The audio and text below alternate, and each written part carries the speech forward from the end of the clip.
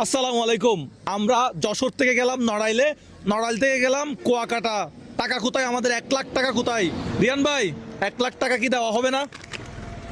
1,00,000 টাকা দেওয়ার জন্য আসছিলাম, কিন্তু 1,00,000 টাকা তো কেউ নিতে পারতেছে না। আমরা 64 জেলার মধ্যে লটারি করছিলাম, লটারি করে যশোর উঠছিল, যশোর জেলা।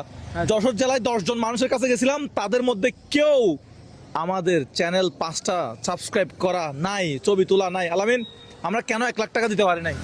আমরা যাদের কাছে গিয়েছিলাম তারা আমাদের চ্যানেল সাবস্ক্রাইব করে নাই। আমরা যে কন্ডিশনটা দিয়েছিলাম তারা সেটা ফিল আপ করে নাই।